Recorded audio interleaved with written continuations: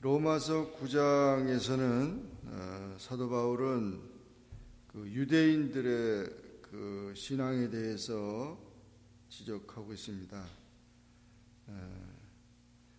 사도 바울은 유대인들에게 많은 어려움을 당하고 자신도 유대인 중에서 가장 특출한 자, 율법을 전문으로 하는 자요, 베냐민 지파요, 자기 자신도 그렇게 자랑했지만 사실 그런 특권이 있음에도 불구하고 그 유대인들이 불신앙에 빠졌다고 지적을 하고 있습니다. 그래서 이스라엘 백성들이 구원받는 것을 무엇보다도 원한다. 나에게 큰 근심이 있는 것과 마음에 그치지 않는 고통이 있는 것을 내 양심이 성령 안에서 나로 더불어 증거한다. 나의 형제 골육의 친척을 위하여 내 자신이 저주를 받아 그리스도에게서 끊어질지라도 원하는 바라. 자기가 저주를 받는다 하더라도 우리 유대 민족이 구원받았으면 좋겠다.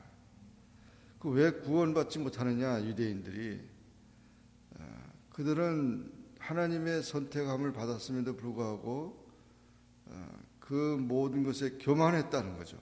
그리고 그가 받은 그런 특권들을 귀중히 여기지 못했다. 그래서 이스라엘 사람은 양자됨과 영광과 언약들과 율법을 세우신 것과 예배와 약속들이 있었는데 조상들도 그렇고 다 그 하나님께서 선민으로 택하시고 그렇게 특권을 허락해 주었는데 마지막에 그리스도도 예수님도 유대인에게서 나왔다는 거죠.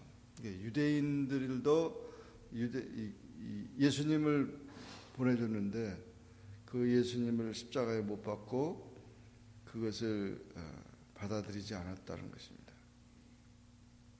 하나님이 작고 힘없는 민족 이스라엘 백성을 당신의 백성으로 선택했고 특별한 은혜로 이스라엘과 언약을 맺고 타 민족이 받지 못할 축복을 허락했는데 그것을 이들이 깨닫지 못하고 있다는 거죠.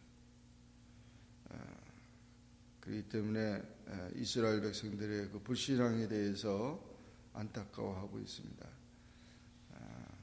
그래서 그런 모든 것들을 자랑할 것이 아니고 이제 그리스도께로 돌아와야 되고 예수를 믿어야만 된다는 것을 강조하고 있습니다. 또한 그 구약의 예를 들어서 설명하면서 그 아브라함의 씨가 이스마엘과 그 다음에 이삭이 있는데 약속의 자녀를 통해서 그 아브라함의 씨가 이삭을 통해서 이루어진다는 것을 말하고 있어요. 아브라함의 씨가 다 그의 자녀가 아니라 오직 이삭으로부터 난 자라야 내 씨라 부르진다. 육신의 자녀가 하나님의 자녀가 아니고 오직 약속의 자녀가 하나님의 자녀다. 그뿐만 아니라 야곱과 에서도 보면은 야곱과 에서 중에 하나님께서 야곱을 택했다고 그랬죠. 그래서 야곱을 사랑하고 에서를 미워했다. 그런데 이삭이라든지 이 야곱이라든지 보면은 다 믿음을 택한 사람들이고 믿음으로 아브라함도 그렇고 믿음으로 그들이 하나님의 이제 백성으로서 후손들로서 그렇게 하나님의 선택함을 입었다는 것입니다. 그래서 많은 자녀들이 있어도 믿음을 가진 자를 귀하게 여기셨다는 거예요. 또 믿음을 가진 자를 구원한 것은 또 믿음이 없는 자를 또 구원하도록 하기 위한 것이라. 그래서 우선권이 믿음이 있는 자였다는 것이죠. 이건 중요한 얘기입니다. 그래서 모든 사람을 하나님 사랑하십니다. 그렇지만 믿는 자를 더 특별히 사랑하신다는 거죠. 하나님이 모든 사람을 사랑해야지 모든 걸 창조하신 분이 믿지 않는다고 사랑하지 않으면 안 되죠. 그런데 믿는 자를 더 특별히 사랑한다. 이것은 굉장히 중요한 얘기입니다. 그래서 우리가 믿음이 약속의 자녀가 됐고 믿음이 아브라함의 자손이라도 그렇게 했다. 그런 선택과 그런 섭리는 오히려 믿지 않는 자를 구원하기 위한 것이다 라는 거죠. 그러기 때문에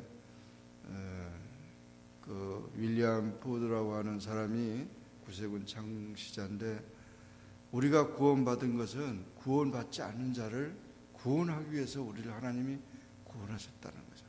그래서 은혜를 먼저 주었기 때문에 우리가 받았으니까 구원받지 않은 자를 우리가 구해야 된다는 그런 얘기를 했습니다. 그래서 믿음이 중요하다는 사실을 얘기했고, 그 다음에 이제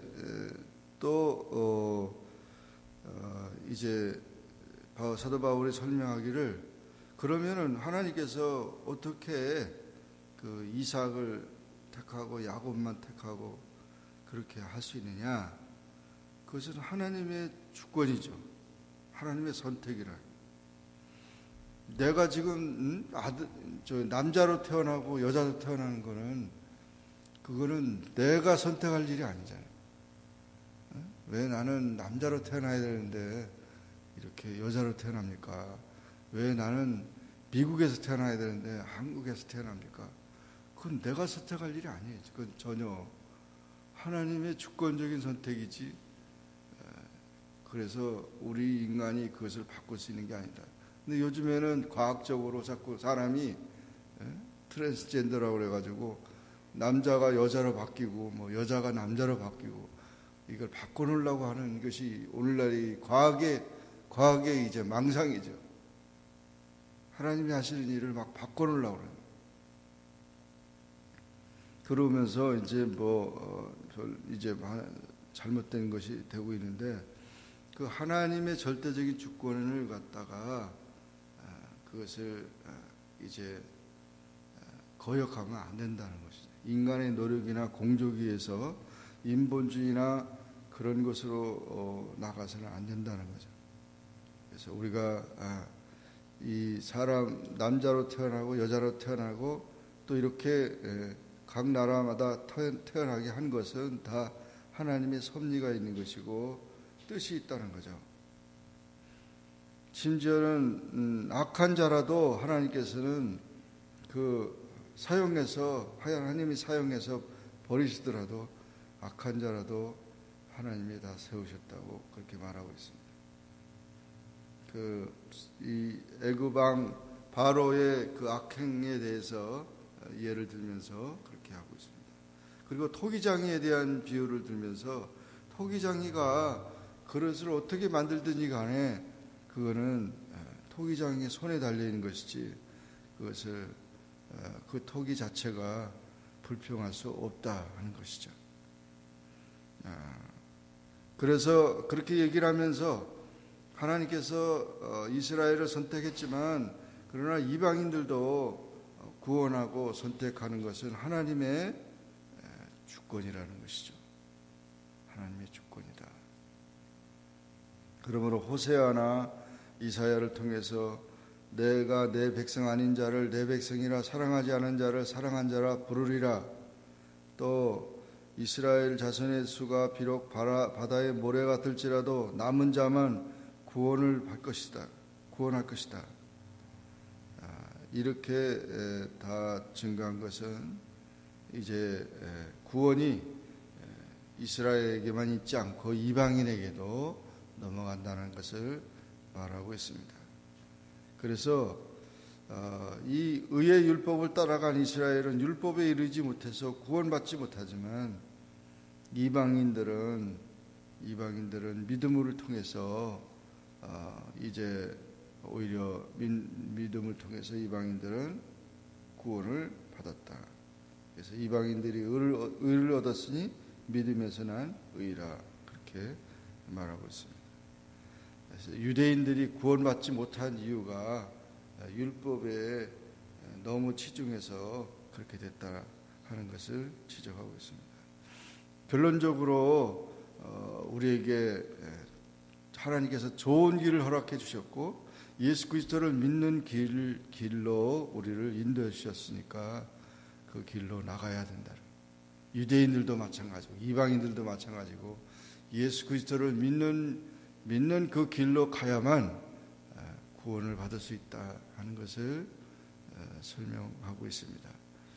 오늘도 우리는 이 말씀을 보면서 하나님께서 인류를 사랑하시고 또 온 세계 모든 사람을 구원하시되 특별히 믿는 자를 구원하시고 또 믿는 자를 기뻐하시고 그 믿음으로 모든 이방인들까지도 구원하신다는 사실을 다시 한번 강조한 것입니다. 이 사실을 기억하면서 우리가 믿음으로 승리하는 귀한 삶이 되기를 주의 이름으로 축원합니다. 기도하겠습니다. 주님 감사합니다. 하나님의 은혜 가운데 주일 지내고 또 한 주간의 삶을 시작합니다. 로마서 9장의 말씀을 통해서 사도 바울이 정말 유대인들의 그 안타까움, 하나님의 축복과 그 선택과 그 긍휼하심을 얻고도 깨닫지 못하는 그런 유대인들을 불쌍히 여기면서 왜 믿음으로 구원 얻는 이 일에 대해서 깨닫지 못하느냐고 말했습니다. 정말 하나님께서 모든 율법과 모든 것을 주셨어도 근본이 믿음이라는 사실을 우리가 더욱 깨달으면서 믿음이 약해지지 않고 의심하지 않고 또한 우리가 하나님의 그 약속을 말씀을 굳게 믿고 믿음으로 나가는 그런 약속의 자녀 또 하나님의 선택한 백성 또 구원받은 하나님의 자녀로서 담대한 믿음으로 나갈 수 있는 그런 우리의 삶이 될 수 있게 도와주시옵소서. 예수님의 이름으로 기도하옵나이다. 아멘. 하늘에 계신 우리 아버지여 이름이 거룩히 여김을 받으시오며 나라의 임하옵시며 뜻이 하늘에서 인것 같이 땅에서도 이루어지이다. 오늘날 우리에게 일용할 양식을 주옵시고 우리가 우리에게 죄진 자를 사해 준 것 같이 우리 죄를 사하여 주옵시고 우리를 시험에 들게 하지 마옵시고 다만 악에서 구하옵소서. 대개 나라와 권세와 영광이 아버지께 영원히 있사옵나이다. 아멘.